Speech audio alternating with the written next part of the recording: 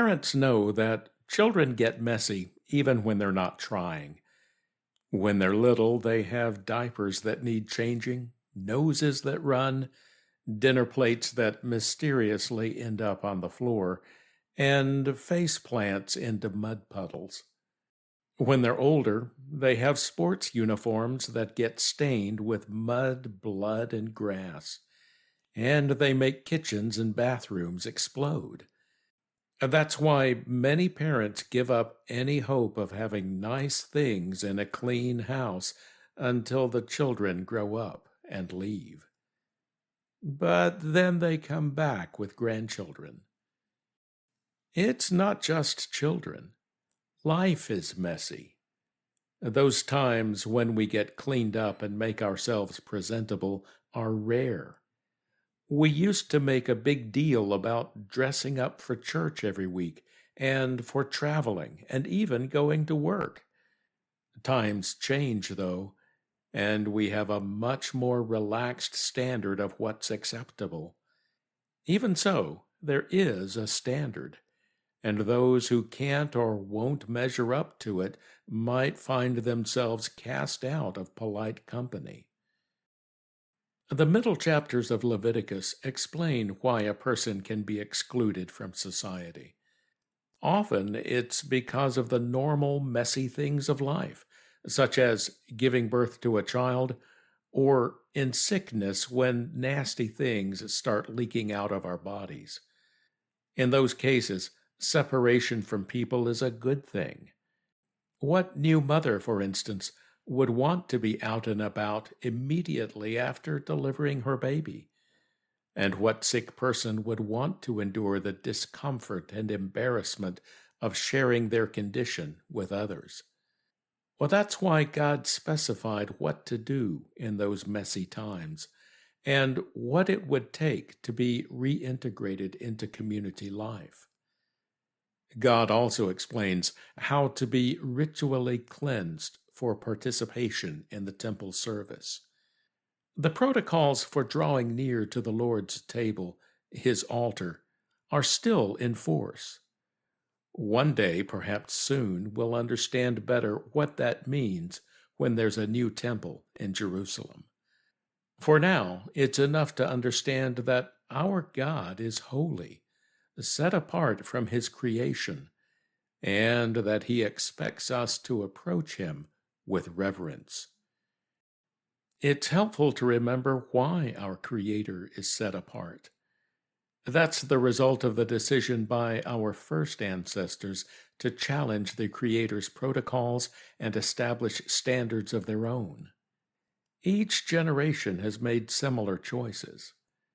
The Creator responded by establishing the barrier of separation between us and Him. The separation was for our own protection, so that we wouldn't be annihilated through unfiltered exposure to His infinite purity in our impure state. And yet, God never intended that the separation would endure forever. There are lessons we had to learn through the messy process of separation and maturity. That's why he couldn't overlook our messiness and welcome us back with open arms until something made us clean. It's the same reason a mother tells her child covered in mud and sweat to take a bath before she lets him give her a kiss. She also reminds him to stay off the furniture. The boy may chafe at his mother's instructions, but in time he'll realize that she's trying to keep her home in order for the good of the whole family.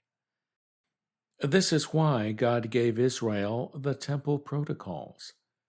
The sacrifices and purification rites provided a measure of sanctity by which the people could draw near and get a glimpse of what life will be like when we once again are allowed to walk with our Creator through His garden in the cool of the day.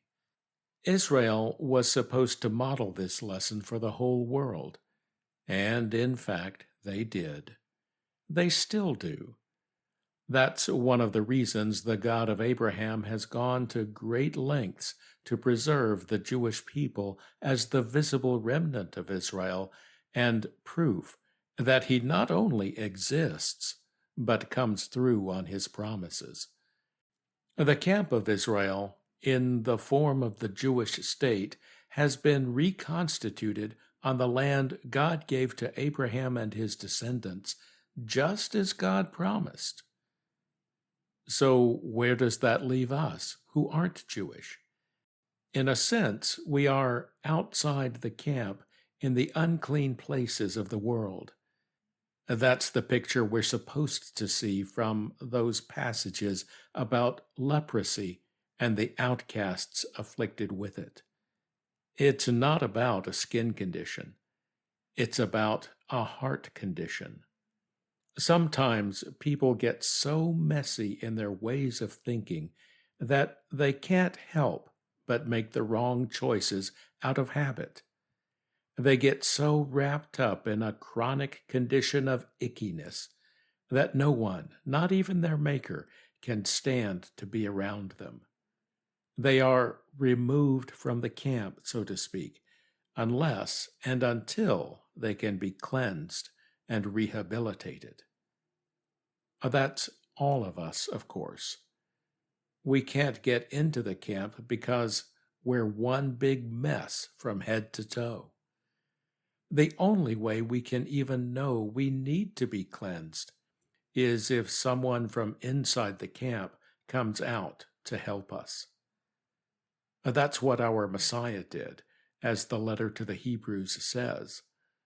For the bodies of those animals whose blood is brought into the holy places by the high priest as a sacrifice for sin are burned outside the camp.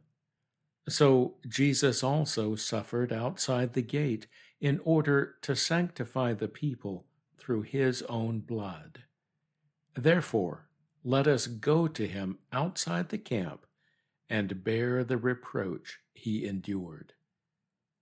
This letter is to us.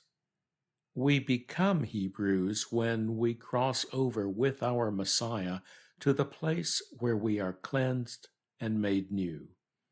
Then he invites us to join him as he continues his work outside the camp, gathering all the lost sheep still wandering in the unclean places.